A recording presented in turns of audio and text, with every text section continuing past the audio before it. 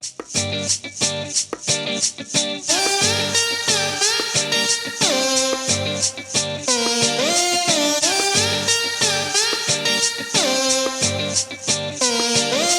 to you from deep in the heart of Texas, this is Punk Brats, a podcast focused on the lives and experiences of our military brats. We didn't serve, we got served. Now here are your Punk Brats, Rose and Lisa. Hey, it's Rose. Hey, it's Lisa. Welcome to another episode of Punk Brats. Hey, Rose. Hi, it's September. Oh my gosh. So what's happening? It's September. What has happened? Where's time gone? Happened? Well, I kind of feel like summer's almost officially over. I know it's not until the 21st or the 22nd of September that it's over, but yeah, since school is, in full swing, I kind of feel like it's over for me. Yeah. Yeah. Oh my gosh. But it's still really hot here, in Central Texas. It's still really hot. So no, it really is. So Mom and I celebrated our birthdays together, and I went to the coast with them. Mm-hmm. And I got our mother, who turned 75, on a jet ski. I saw those videos. That was fantastic. So I just wanted all y'all to hear out there that we have a very brave mom. She wouldn't ride with me. I said, "You want to ride with me or Chris?" And she immediately said, "Chris." I was going to ask you about that because when I saw the videos, I was like, why is she on the back of the jet ski with Chris and not Lisa? And then this is what's so funny so I lagged behind. Okay. So they were in front of me because I wanted to make sure, in case Mom falls off or something. Right. And I was like, well, I'm going to lag behind so I can at least go fast for a little while before I catch up to him. Next thing you know, I lost them. They took off. And then Chris said, Mom looked behind and said, where's Lisa? Was she screaming? I couldn't hear the sound on the video. She loved it. She had a great time, and the dolphins came and swam right up next to us. So, just I'm grateful to celebrate the same day as Mom, and it was very special. We had a good time. Mm-hmm. Dad's the only one who caught a fish. He caught this little perch. That is so None cool. of us caught anything, but he did. But anyway, so what's happening in September, Rose? Well, as you know, for my Did You Know this month, it's really more of a request for people to maybe, if they get an opportunity, to visit the 9/11 Memorial and Museum in New York City. And as you know, it honors the nearly 3,000 people killed in the terrorist attacks of September 11th, 2001, and also February 26, 1993. They recognize the courage of those who survived and also saluting those who risked their lives to help others. So if you get a chance and you're in New York City, go and visit it. I went there and it was an experience I can't really describe. So, speaking of New York City, other than 9/11 happening, we also had Benghazi happen, remember? So we also need to recognize Benghazi. Mm-hmm. But speaking of New York City and 9/11 and all that, we were raised by a New York dad. And hello? Anybody out there? Hi, Dad. Hi, Dad. A special guest. Hello, Punk Brats. We have the creator of Punk Brats. Yeah, we have Punk Dad. Yep. Hi, Dad. Welcome. We got you on our episode. Yay. Finally. Well, you wanted me here, and eventually I had to give in. I know he did not. We had to twist his arm to get on this episode. Yeah, and we wanted him on this special episode because our father's from New York City. We'll let him tell you a little bit about himself, where he was born. His dad, tell everybody where you were born and how you came about joining the Army. Okay, I was born in New York City, like Lisa said, at Bellevue Hospital. I was born on March 4, 1949. And just a New York brat. they call themselves brat. I'm a real New York brat. Or the kind of kids you see on TV that play stickball in the streets and the fire hydrant waters going up. I was raised in mid-Manhattan between 32nd, 2nd and 3rd Avenue. So you all heard the joke, doity-doit and 3rd. I actually lived that area and stuff. Went to school there, public school, PS 116, 3 houses or 3 buildings down from where I lived. Went to junior high school in mid-Manhattan over in, what was it? I think it was 21st Street between 1st and 2nd Avenue. And then went to high school at Charles Evan Hughes in Greenwich Village. Oh, wow. Very cool. We lived there, like I said, mid-Manhattan, downtown there for a while. And then eventually we moved up to, while I was in high school, we moved to Hell's Kitchen, 49th and 10th Avenue. So I lived in Hell's Kitchen for a little bit.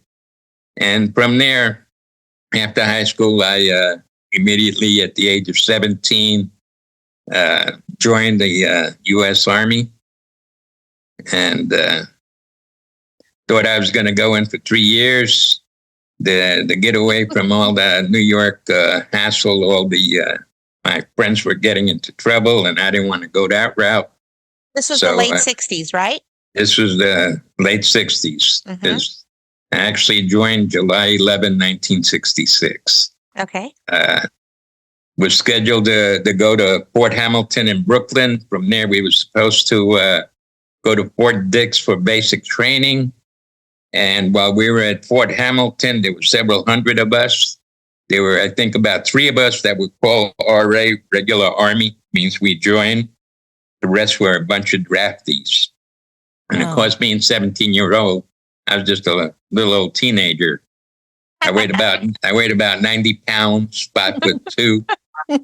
And here was all these older guys and everything. Well, while we're waiting to be shipped out to Fort Dix, they get a notice that saying that Fort Dix had closed down. They were overbooked. And so they said, guess we got good news for you guys. You're not going to Fort Dix. You're going to Fort Jackson, South Carolina. Oh. And back then, we didn't have cell phones or any of that. So there was like a few payphones, and everybody's scrambling to get to the payphone to tell their families, hey, I'm not going to Fort Dix. I'm going to Fort Jackson in South Carolina. So anyway, they put us on buses. We went to Penn Station and got on a troop train. And from the troop train, they took us down to Fort Jackson. We had one stop in the D.C. area. And while we were stopped in the D.C. area, I met up with these 2 guys, and we went for a walk. Well, when we got back from our walk, the train left. So, first day in the Army, here I was, AWOL. AWOL. Oh my God, Dad. Yeah, leave. Oh my God. Oh my God. So we found somebody who looked like he knew what he was doing and said, hey, we missed our train. And he said, oh, it's okay. Come with me. And we had a little jail there at the station for the military. And guess what? That's where we went. Went to the jail. Dad ended up in jail. But anyway, not for bad reasons, though. That's a funny story, Dad. So after you made it to where you needed to go, then what? What was your career after that? Then I went to Korea, met your mom, got married, and then I finished my military career in military intelligence. After 26 years, I retired. Thank you for your service, Dad. Thank you. Thank you.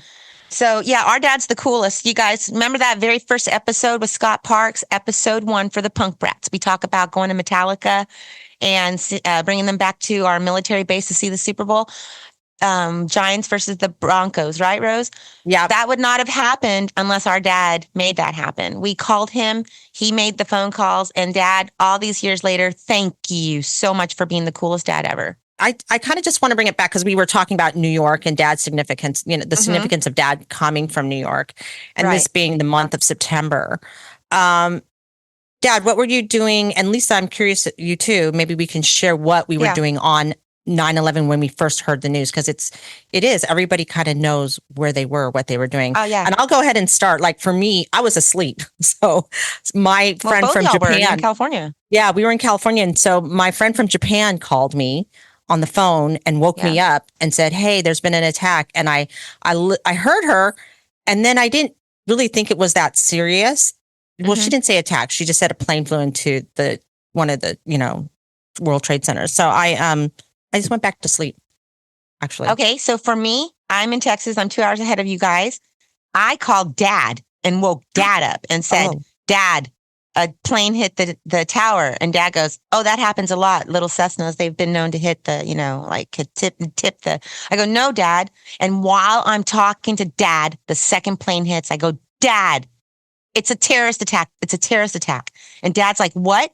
And then Dad hangs up. And then you know what? When I try to call Dad back like 4 hours later, busy signal, and I could not get through to California. Wow, I didn't know that. I broke the news to Dad. I did not know that. Yes, Wow. yes, she did. Okay, wow. Creepy. Yeah, that is. So, Dad, how were you affected by this whole thing with you growing up seeing the towers all your life? Well, it was, first of all, like a lot of other Americans, I broke down in tears and stuff. And then I went to work, and everybody was in shock over there, and nobody knew what to do. So I basically took charge, and because the boss hadn't come in yet, and I got everybody, and we went into the conference room, and I tried to explain to them, being the military guy that I was, that this was an attack on the U.S. and that we had to pray and hope that everything went well and stuff like that. So basically, that was what happened initially for us, because nobody knew what was going on and stuff like that. So scary. Wow. Yeah. Yeah, it was. Well, I mean, like Rose, you and I growing up, going to the Empire State Building and the towers when Dad would take us to New York City growing up, and Yeah. and now they're just pictures and memories for us and stories. I know. I have the pictures of me inside the towers looking out. I have the pictures of me standing in New York with the towers in the background. Well, So. I'm proud to be New Yorker, I mean, that New Yorker in us from Dad. Let's talk about something more positive about New York. So, Dad, what do you miss most about New York? Like the food, pizza. the culture, the pizza. I knew he was going to say pizza. I just knew it. Yeah. Our dad lives in Texas with us, so there's no New York pizza here. The pizza. Nah, I missed the camaraderie when I was a kid in New York City growing up there. It was a whole different ball game today than when I was growing up. The neighborhood I grew up with were 2-3-story buildings. That neighborhood is nothing but skyscrapers now. All those little buildings were torn down. Used to play stickball on the block there, roller skate. We had scooters made with a milk carton and a piece of 2x4 with a roller skate on one end and the other, and things like that. So, and life was so innocent back then. Yeah. Well, Dad, you know what? We owe it to you. You gave us the life that we had. We would not have seen the world unless you made that one important decision that one day to join the Army. And don't forget your mother. Well, our mother too. I mean, Mom is definitely the rock, but I'm just saying right now, we're just highlighting you. We're going to get Mom on here. We actually had someone on our social media on Facebook ask us to interview Mom. So we'll get her on here one way or another. Anything you want to say about the military family, Dad? Like about the military kids and military spouse? From a veteran's point of view? Well, it's a whole different ballgame when you're in the military with families and stuff compared to the civilian life. Mm-hmm. It's everybody's looking out for each other in the military, and stuff. There's respect, and that everybody has for each other, and I don't see that in the civilian life. It's more like a cutthroat type program here with the civilians versus the military upbringing. Mm-hmm. Yeah. So, and plus, you know that due to my security clearance, if you guys did something bad, it reflected on me. And that was not good. But fortunately, you guys were real good growing up. So I was blessed. So, you mean we didn't get caught? Thank you. Right. We didn't get caught. But I don't want to hear those stories. And we made curfew. You know what? All the way through college, you guys, even living in Germany, even though, you're an adult there when you're 16, when we came home for college, our curfew was still midnight. And Dad was awake. We had just knocked on the door, remember? Just to let him know we were home. Midnight, not 12:01, midnight. Mm-hmm. So, well, Dad, we could talk to you all day, but unfortunately, we got to let you go, but we got our dad on the show. Yes. Thank you for joining us, Dad. This is really thank special. you. Thank you for having me. It was enjoyable. You guys have a good thing going here, a good program. Dad. You're bringing a lot of information to not only brats, but also to veterans, which is much appreciated. Oh, thank you. We love you. And Dad, you know what? As brats, I know you're not a military brat, but we never say goodbye. We always say see you later. So we'll see you later. See you later, alligator. See you later. Love you. Love you. Love y'all. That was a great interview with Dad. We finally got him on here. I know. That was really cool. He's like a natural. Right? I know he's probably nervous, but well, we'll have to get him on here again. But hey, you guys, who's coming up? Well, this month we interview Marc McKinney, who shares about moving 21 times with his infamous drug dealing parents. Ooh. So that sounds exciting. Whenever you're ready to bring Marc on. Let's bring him out. Hey, Marc, welcome to the Punk Brats. I'm Lisa. Hey, Lisa. Hi, Marc. It's Rose. Hey, Rose. Good to see you. Good to see you too. We really appreciate you joining us today. I know you're a very busy person. But anyway, I got you on an episode of Punk Brats. So yeah, I am super excited to speak to you. Lisa kind of filled me in a little bit about your background, and I was like, oh, I cannot wait to talk to you. I know you've got a pretty exciting story, but like we start with all our guests, I start by asking the question, where are you from? Or basically, how do you answer that question? Where are you from? And can you tell us a little bit of how it makes you feel? Because I know some people are anxious when they hear that question. Some people, it's like, no big deal. So I'm always curious with each of our guests. So I'm going to ask you, where are you from? How does it make you feel when people ask you where you're from? Generally, my answer to that is I'm from kind of all over Texas, really. Okay. And a lot of people would follow up with, oh, are you military brat? Mm-hmm. And I would, for the longest time, just kind of go, something like that. Because, there was a whole lot of moving around, stuff like that. Born on a Air Force base, Bossier City, Louisiana. Okay. I'm probably the shortest term punk brat that you guys have had on the show. It's just a matter of 6 months after I was born. So okay, I'm sorry to interrupt, but your father was in the Air Force, and then when you were 6 months old, he got out. Correct. Okay, but you're still a brat, because it doesn't matter if you were 1 month, 2 months, or 25 years, whatever. I love you. We didn't serve, but we got served. Yes. What's interesting about it is a lot of brats, even when their sponsor gets out of the service, then they have something a little more stable. They might, place roots somewhere. But you continue to live that life of being nomadic, like a lot of us brats, but for a different reason. Would you like to kind of give us a little background about that? Yeah, sure. We moved around a lot. An average of probably twice a year. And basically what it was my parents' career post-military was recreational narcotic distribution. They were drug dealers. And so as soon as we felt like there was a little too much heat, local law enforcement had figured out who we were, where we lived, what we were doing. It was time to load up the moving van and go somewhere else.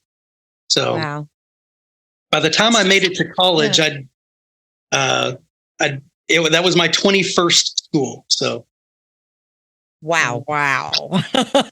Rose, I thought 7 or 8 for us was a lot, but could you imagine moving twice? I mean, so Marc, you're in elementary school is different, right? Because you're kind of a young kid. We moved, it was different. It was middle school that affected me when I had to move, because if I had a boyfriend, or if I was part of something, or I was part of an activity or a group. I mean, how did you deal with middle school and high school having to move so many times? Well, by the time I got to those upper years of childhood, I had gotten used to moving so much that I never even really thought about making long-term connections. I never really considered having a girlfriend or anything like that, just because, everybody's temporary. And Right. and really that's something that, I'm creeping up on 50 now, and I'm still struggling with how to maintain long-term relationships, things like that. So it definitely had a pivotal role in my upbringing and how I relate to other people. Mm-hmm. Yeah, very similar to military brats who travel around a lot. So, how old were you when you found out your parents were involved in these activities? I was really, really young. It's one of those things that as far back as I can remember, I knew. Wow. Yeah, if there was about 7 or 8 years before my dad passed, he confessed to me over Christmas. He said, the minute that I realized how smart you were about 4 or 5 years old, and you were telling the other dealers' kids how to not talk about it. Basically, how to not snitch, how to not. Wow. Right? Because if you would have snitched on your parents, you would have been taken away.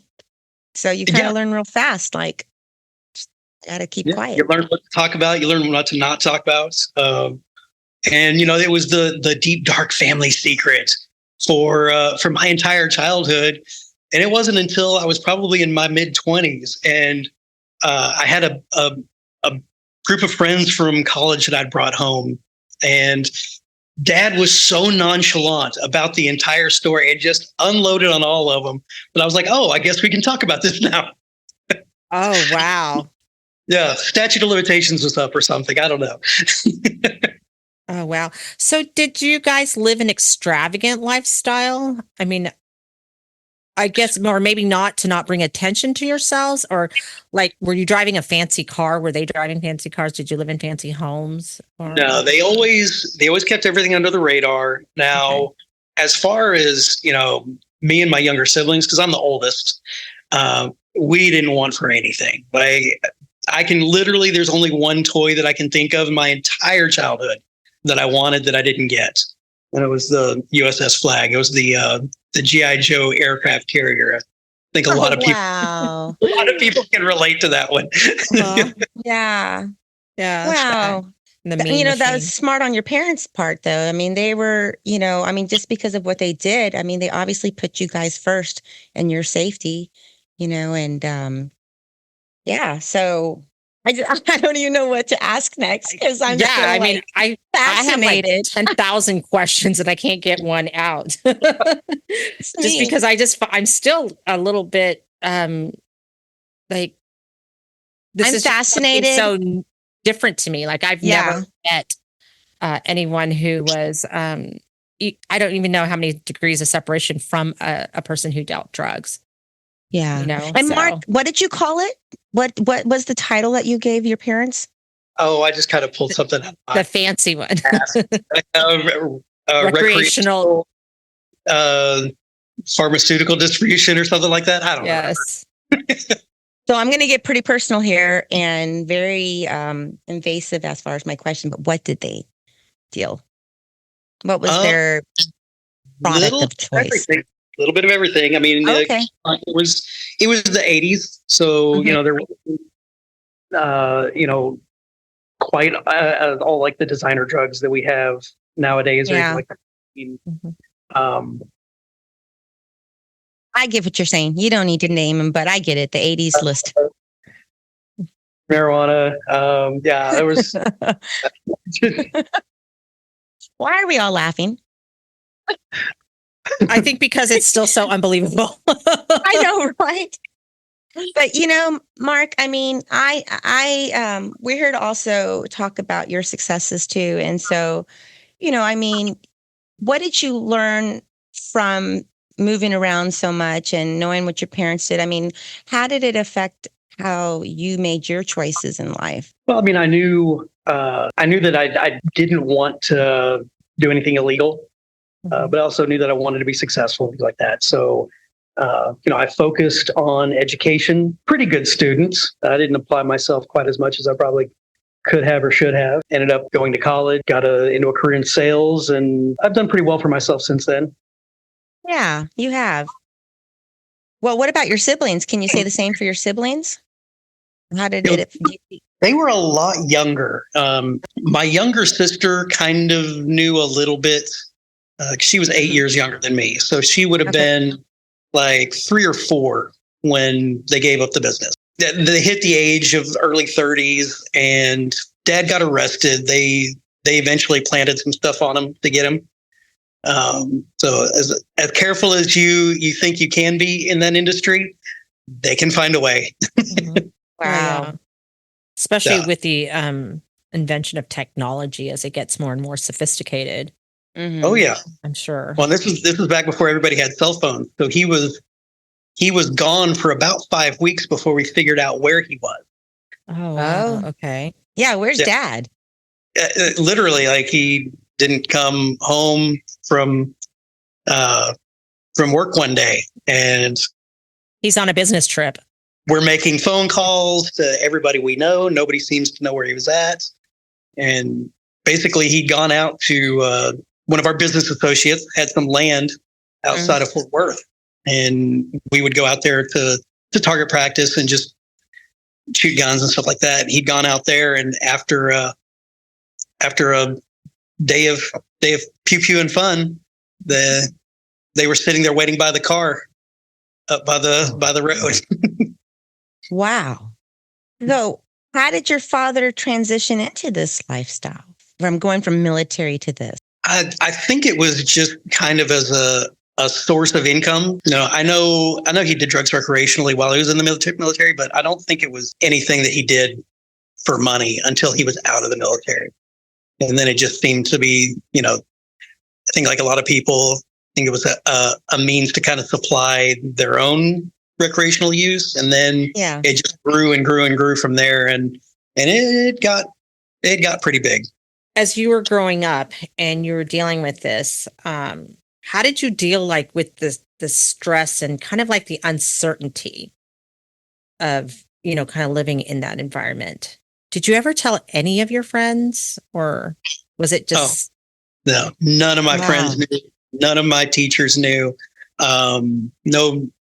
Nobody knew, and it wasn't even really stressful, because when you grow up in an environment your entire life, you just think that is normal, right? Yeah.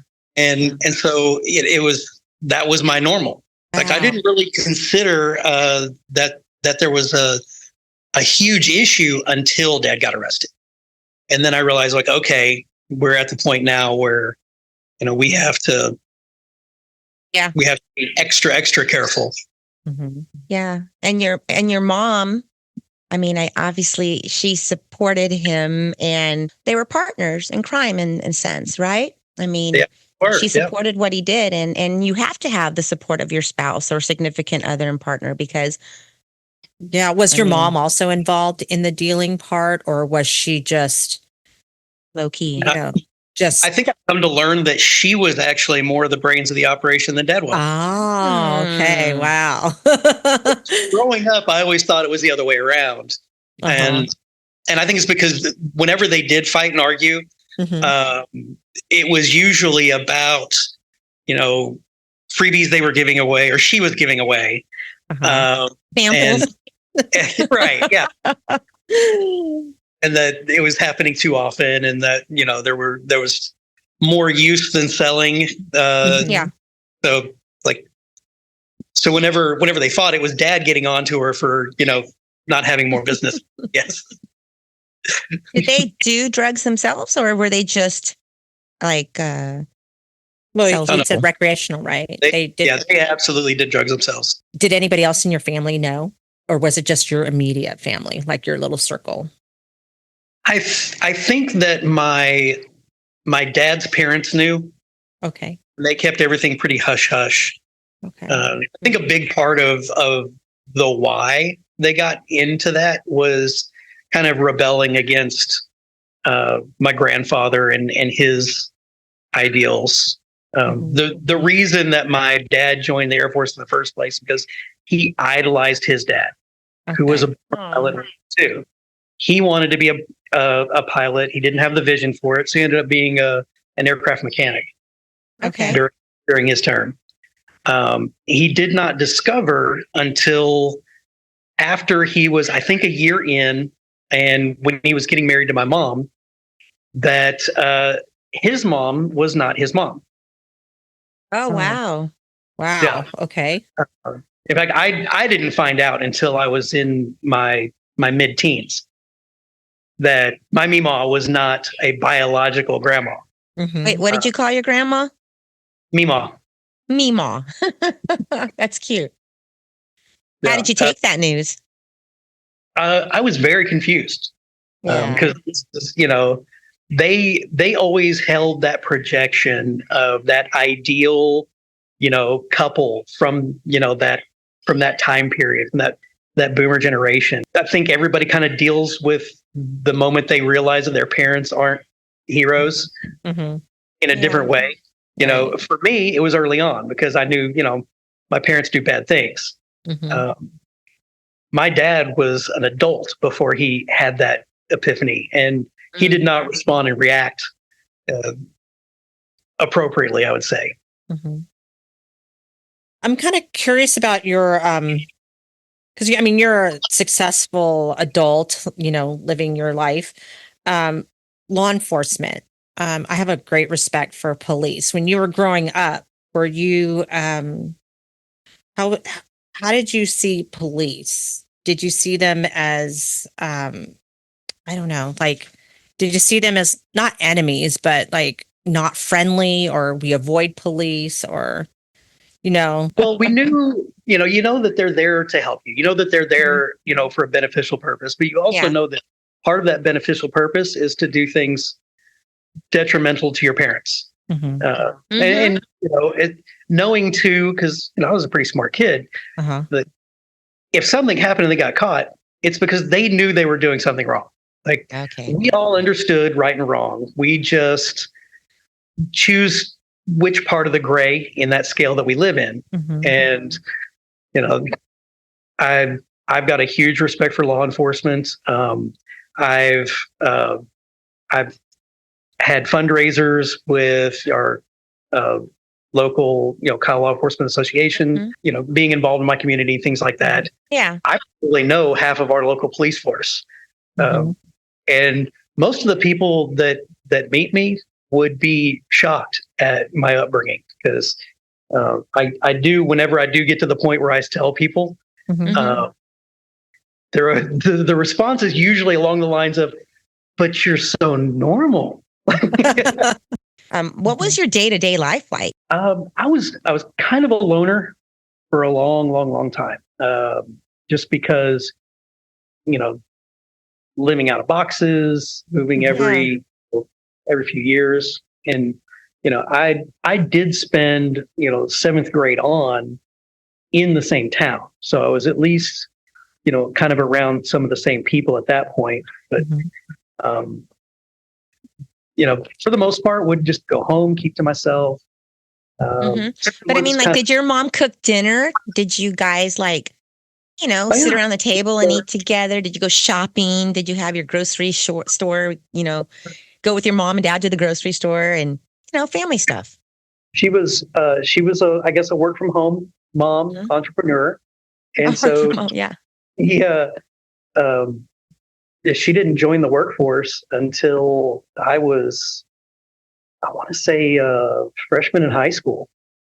And it's only because she got bored because, even my youngest brother, he'd been in school and she just needed something to do during the day. Wasn't there be a mom? But we would go grocery shopping. We did everything that, normal people do. Dad had a straight job kind of as a cover. And he worked nights. So I saw him on the weekend, basically. That was pretty much it. So did your dad continue this profession until he passed away? Or did he eventually stop? Or did it just stop one day? After he got arrested, that got him to thinking, and they actually split up for a couple months. Okay. Me and mom and my little sister moved in with my grandparents, her parents. She was pregnant at the time with my youngest brother, and Dad was adamant that he was going to figure out, how to maintain the lifestyle. And then he kind of wised up and realized, I'm in my early 30s. What am I doing? Like, there's no retirement plan in this. There's, Right. I'm either going to, go back to jail, spend some actual time in prison. He was lucky he avoided prison the first time. Mm-hmm. So he went for 5 weeks, you said? He was in jail for 5 weeks? Yes. And he's only been arrested one time? He'd been arrested one time, and it cost us a lot of money, but we got him time served. Mm-hmm. And yeah, he ended up joining us at my grandparents'. We lived there for almost a year. Okay. Well, and of course, at that point, he's a convicted felon, so he has to put that on all of his job applications. He had a hard time finding work. Mm-hmm. I had to start literally back over in his 30s, making a minimum wage job. Yeah. Living with parents and trying to support a family. And he eventually, proved himself to society and all that he could handle the responsibility and ended up getting a good job. But it took him a couple of years. Well, you had mentioned earlier that he came out with a confession to you. What sparked that? Did it just come up like all of a sudden? Was it something that you guys just never talked about? Like it happened and then like no one mentioned, oh yeah, I remember when Dad used to be a drug dealer, I mean, or did he just like one day, hey, I want to tell you this. Was it to like clear his soul? What was it that? Well, I guess, talking about whenever I had my friends from college that came to visit. Yeah. Does it just like that would be so surprising. I can't imagine me bringing home friends and my mom or dad just saying, hey, by the way, blah, blah, blah. I'm like, wait, what are you saying? Yeah. I'm sure that some of my friends, because, when you're growing up, like you don't want to do the things that your parents did. You want to be different. Of course. So, I'm not going to say I never tried drugs, but just was not my thing. Uh-huh. And so, but my friends, I had a lot of friends that, looked at things a little bit differently. And, I'm sure they thought that, because of how straight I was, they probably thought my parents were even more boring than me. Right. And so I'm sure they were saying something, and he picked up on some lingo, and he was like, you guys know that I know what you're talking about, right? And kind of led into, telling the whole story. And they ended up staring almost as much at me as they did at him by the end of the story. Wow. They're probably like, did you know this? I was like, yeah. Some of your friends said, man, Mark, your dad and mom are cool. Oh, absolutely. Yeah. Wow, Mark, you had a really, the Punk Brats, we want to interview notable brats, someone with a unique story, not a boring story. And I feel like all of our guests all have had such amazing, unique stories. And again, this is probably one of my favorite interviews because I actually get to ask you questions of I'm watching a movie, Sons of Anarchy. I'm trying to think of one show. Yeah, your life is not like a lifetime story. Like they could make a movie out of it. Legit. Like it could legit be a movie.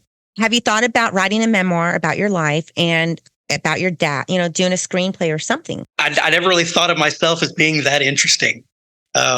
When you asked me to come on the show, I was like, what? Why?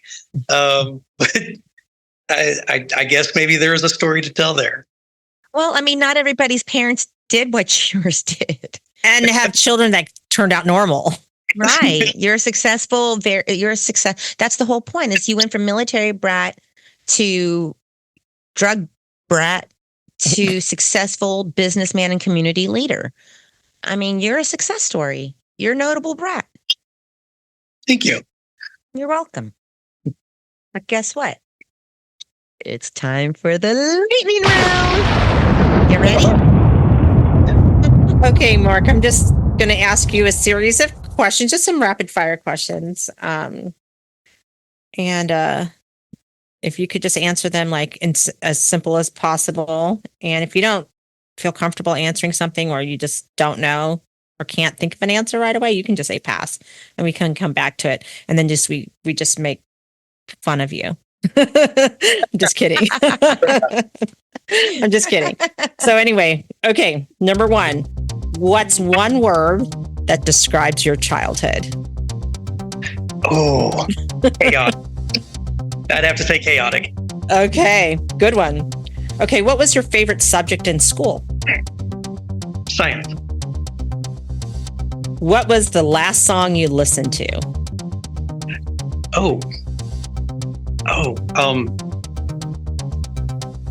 Pass. I'll have to think back.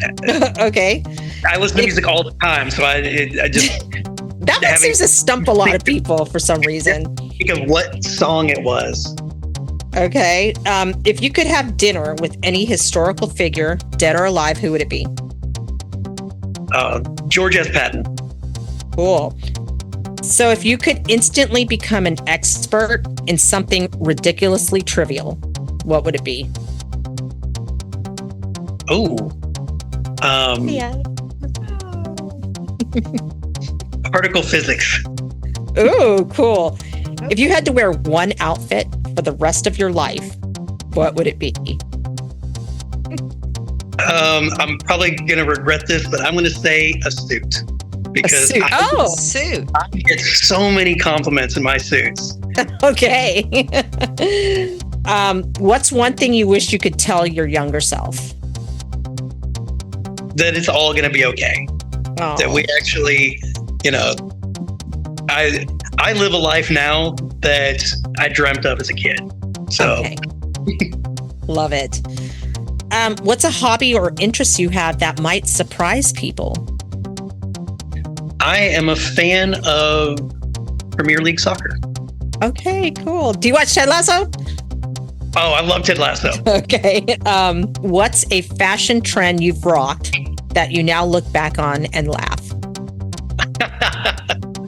And I want to see a picture.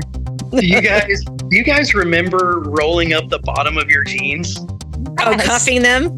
That was the dumbest thing ever. That was cool. I don't know. I did it too. I for sure did. Okay. And finally, what is your favorite movie genre? Ooh, movie genre? I'm going to have to say mobster movies. Ah, cool. Did you want to go back to the last song?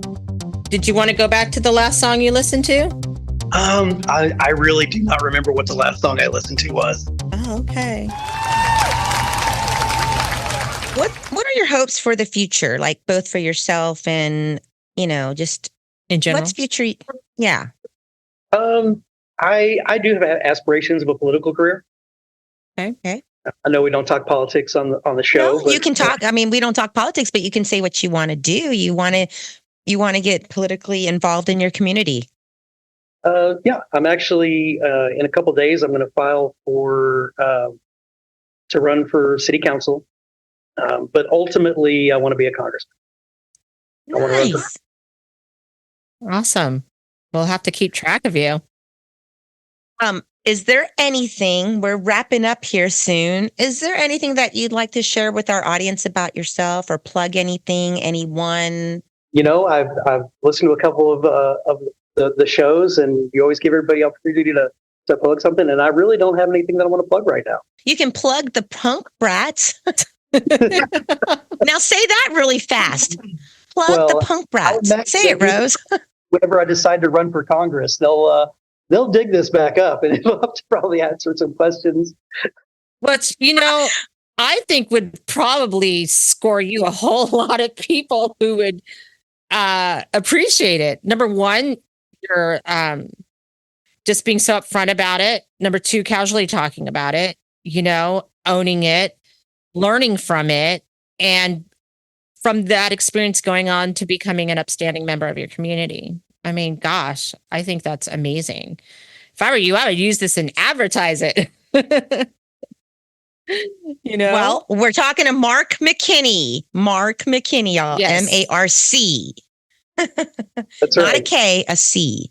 So, okay, well, Marc, you are such a fun guest for us. Seriously, I wish we had more time because I'm looking back at our notes and there's still so many more questions I want to ask you. So I just feel like we're going to have to bring you back one day. Finish this up. I'll be more than happy to do a follow-up. I want to see your movie. You can loosely base it on your life. It doesn't have to be your entire life. You just loosely base it on your life. I'd watch All it right. for sure. Well, Rose, you want to close us out? Well, yeah, we're at the part of our show where we don't say goodbye as military brats because, we eventually run into each other again somewhere, somehow. So we always say, see you later. So see you later, Marc. All right, See you later. Wow. That was really interesting. Could you imagine? Oh my gosh, No, what a I life. can't. I'm still like kind of in shock, actually. I find it fascinating because usually when your parents get out of the military, you think, oh, some stability, but his got ramped up. Totally. Like he went from military Air Force brat to being on the run and moving 21 times, sometimes twice a year. So his parents wouldn't be in the same place at the same time always. Mm-hmm. But you know what? He's a successful community leader, businessman. Good for you, Marc. Thanks for sharing your very personal story.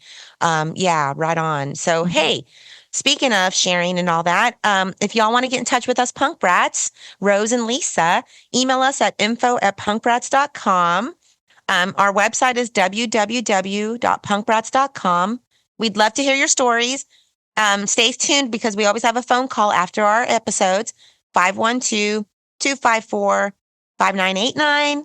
We're on social media, Instagram and YouTube, we're Punk Brats USA, and Facebook, we're Punk Brats. Woo, got that out again, Rose. Wow. Okay. All right. This was really cool. Great episode always. Looking forward to the guests coming up. We got some great guests coming up, y'all. Go to our website to keep up. All right. Well, I love you, Rose. And thanks for being a punk brat with me and doing this. I always have fun. Yeah, I love you too. All right, Lisa. See you later.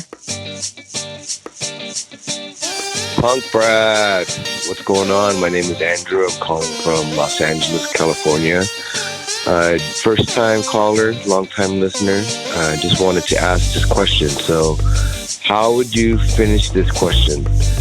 You were raised as a military brat when? All right. Thanks, guys. Have a good day.